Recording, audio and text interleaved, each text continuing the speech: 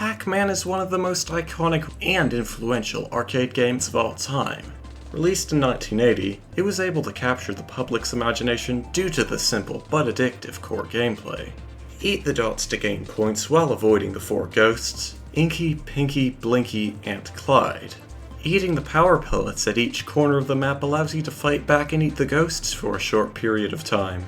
Eating all the dots progresses you to the next level with progressively faster ghosts. Pac-Man was a resounding success, and to this day is still the single most successful arcade game ever produced, with an estimated 400,000 cabinets sold. However, the success didn't stop there, as over the years it was a recipient of numerous ports to home consoles. This wasn't unique to the game, as it was typical to see arcade titles of the time being ported onto home systems a year or so after their initial release. Being the most popular system during this period, most of these ports were designed for the Atari VCS.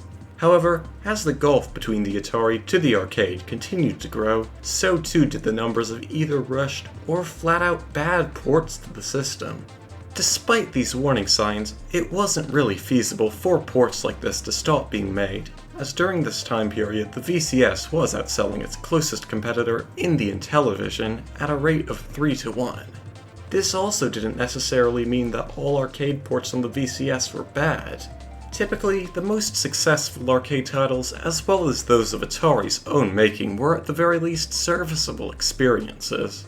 Pac-Man on the VCS very much looks like one of these experiences. At worst, just acceptable, but considering the game's arcade success, surely this would be a top-notch experience, right?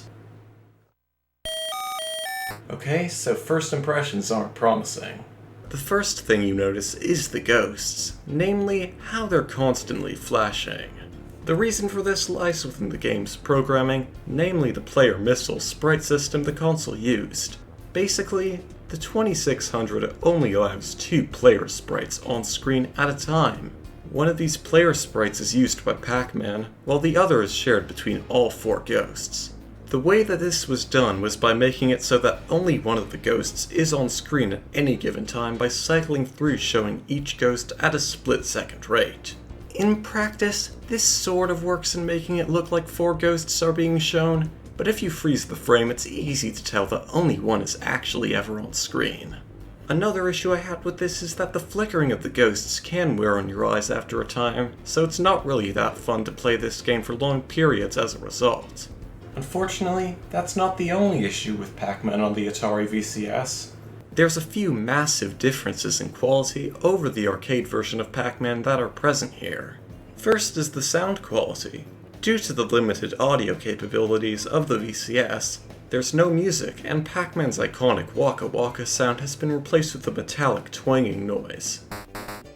The stiff joystick you use makes it difficult to change direction at a moment's notice, which more often than not can lead to a game over. Fortunately, there are a few workarounds for this.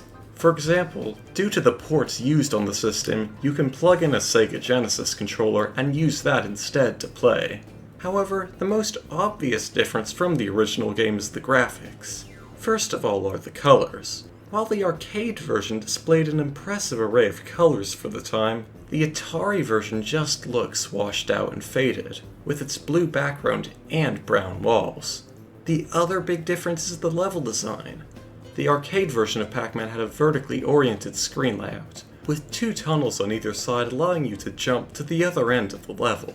Here, however, the screen and level layout is horizontal, and the escape tunnels are on the top and the bottom.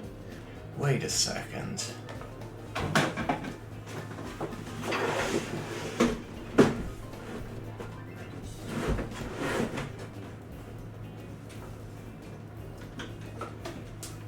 There, now it's practically identical to the arcade original. Forget Pac-Man fever, the only fever I get from playing this is the sort that leaves me bedbound for a week.